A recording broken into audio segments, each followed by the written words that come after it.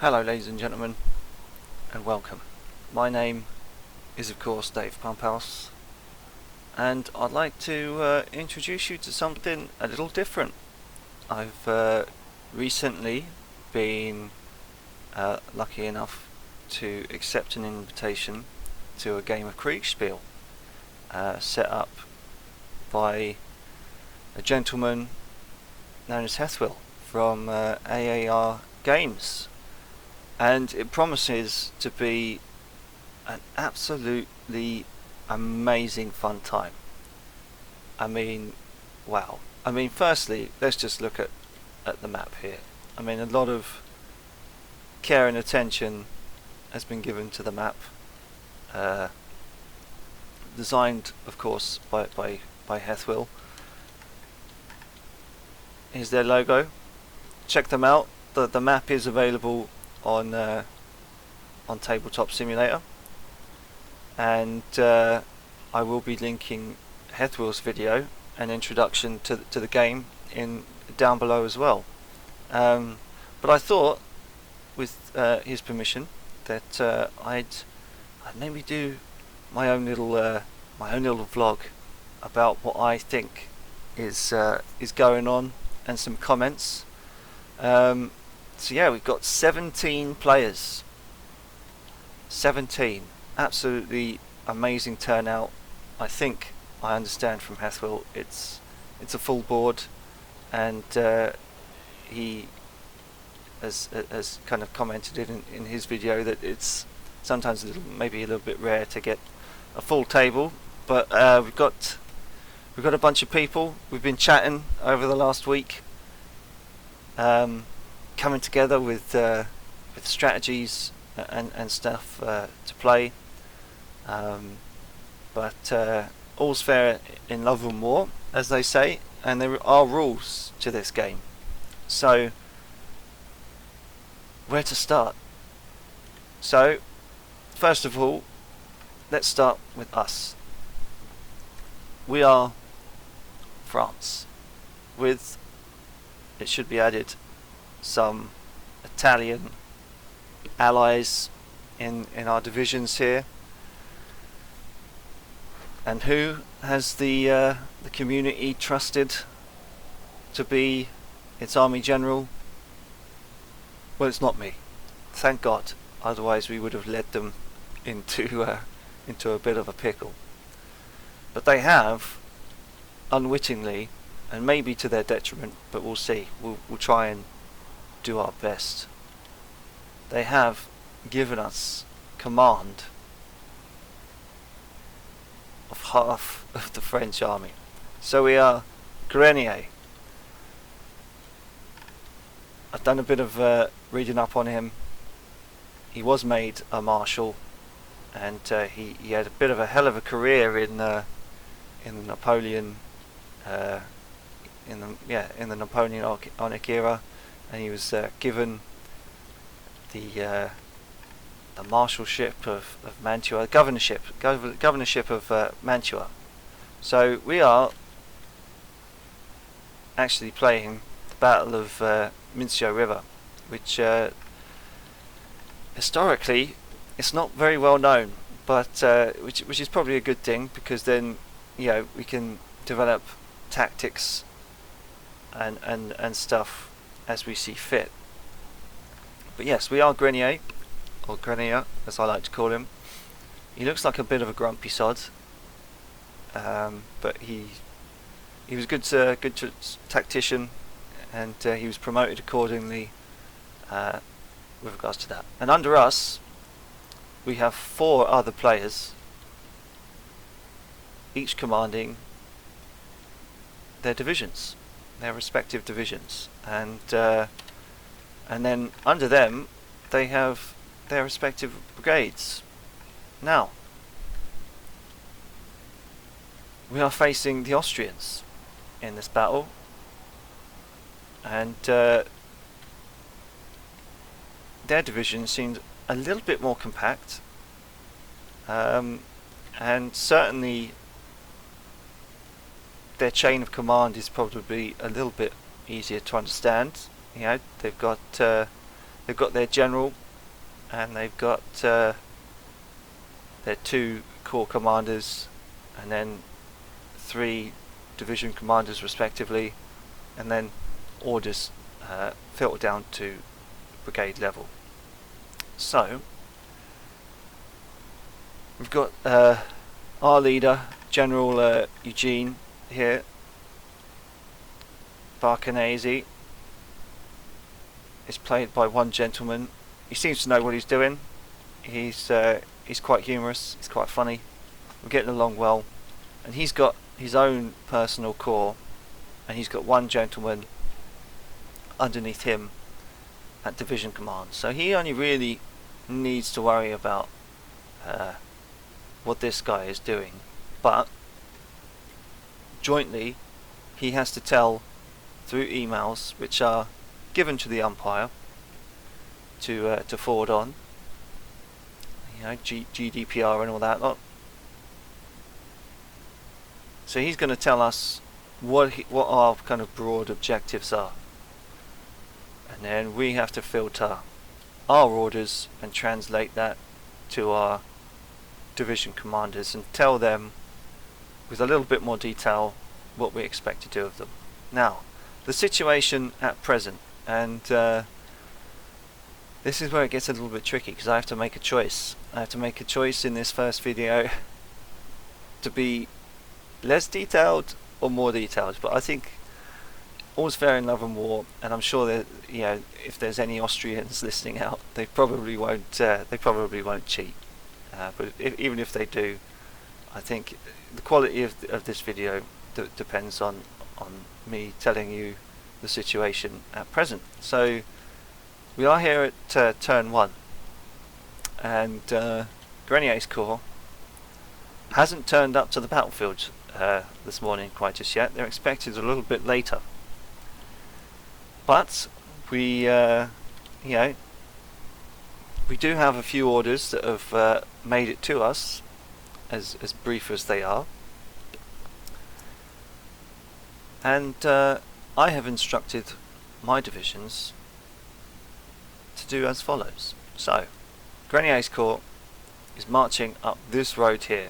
So he's come down from Mantua, which is like 20 miles that way. He's marching his dudes in the morning down this road. So with a few brief illustrations, we'll show you what we're doing. We'll tell you what, we'll use the colour blue, French blue. So we're marching down this road, and when I kind of gave my orders, I wasn't aware of where any other of the French corps were. I probably won't know where they are when I arrive on the field. So I asked myself, if I was coming down this road and I was a general, what would I think were the main things to capture and hold for me to get a better kind of overlooking view of the field? So our 4 dudes under our command have been told to do the following. So we've got the 2nd Division here. What have they got? So they've got some line infantry, some light cavalry hussars, and a good selection of artillery. So they've got some light artillery, 6-pounders, and some horse artillery, 6-pounders. Now, brief question. If you had horses and you knew that this division, or this brigade rather here, was probably, compared to the rest of what everyone has, probably a good scouts. Light cavalry, nimble, mobile, light on their feet, and fast. So what we've asked our second division to do, and probably need to make sure that we're on the most minimum width for. It seems a bit thick to be the most minimum, but okay, we'll draw it anyway. So we're marching down this road. So we have asked our guy in second division to come down this road and to occupy the hill. Set his cavalry up, set his artillery up, because, and I should probably write this down, or maybe we should just mark it with a red. We've had reports before coming down this road. I don't know why it wanted to do that. Oh well, we'll keep it that way. Strange. We had reports that the Austrians are to the north and on the east bank. Now, if we're marching through here, north, as you can see, could be anywhere. So it says north. So I took it as maybe, okay, they're to the north on the east side of the river. So I took it that they could be along here. They could be up here, you know, that's accepted. But they could already be on that bank of the river. We just don't know. We don't know where our generals are. We don't know where any of the other corps are. This is gonna annoy me. Silly thing. We'll just have to put up with it. So we thought that maybe they'd be on this side of the river. So the second division should be able to tell us what's up. So the second division, we'll just actually just mark that with a 2. Why not? They're going to be up here. Second division. Fourth division. A lot of line infantry. Slow on their feet, but they have got some artillery. So the question is, what would you do? And what I've done is I've said, right, we're marching up this road. Obviously Volta looks like a little bit of a linchpin, especially if we want to maybe secure a second crossing of the river. Again, we don't know where any of our fellow divisions are, so we told them to march down this road and secure Volta.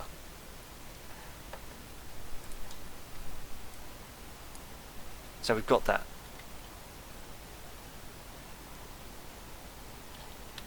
You know, maybe we've instructed our division to maybe look to the northeast, hold this ridge here, just in case any Austrians are crossing the river across the road here. It's an elevated position. We have, you know, we can block them off. We can keep Volta. You know, this route here, it's a major route on our side of the river, and we don't want to unintentionally get hemmed in, because there's not a lot of room to fight down here. There's not a lot of open field. So yeah, so we'll have the second division on the military crest of the hill, and we'll have the 4th division along here. So we'll put a nice 4 there. So yeah, if any Austrians are watching, you've intercepted our orders, but maybe give us a break and don't cheat. War Guard Italian Division. Now the Italian Division has actually been asked to keep in reserve. So we're marching down this road, obviously, and I kind of thought, well, you know, Royal Guards, you know, they're experienced, they've probably seen a bit of action before. I wanted them out of the way. So we stuck them, or we asked them to kind of get behind the hill here, keep out of sight, keep fresh, maybe camp down for a couple of hours, enjoy a little bit of breakfast. It's been a long march. Sure thing. Now I know I keep saying this, but we don't know where our two other French corps are. They could be anywhere. We haven't been told. We're going into the field blind. So the second major thing I wanted to secure was, of course, the crossing over the river. Just in case we have some French over here, maybe want to join up with us. So we've asked the 6th to secure Goito. So we've got a nice little line of communication going along here. We're trying to secure a defensive position. You know, any Austrians coming over here, the Austrians could be coming from this way. I mean, you know, if you look at the map, Austria would be over here. It seems to reason that maybe an Austrian corps or two will be marching down this road and maybe making their mind up if they want to go up here. They could be on the field already. They could be all hunkered in and dug in on high ground over here. We just don't know. But that is what we have asked our dudes to do. Now this is where it gets tricky, because that was supposed to be a 6, but it's weird. It's weird that it wants to. Maybe we should just 6. There you go. Zoom in. So that's what our corps should look like after round 1. However,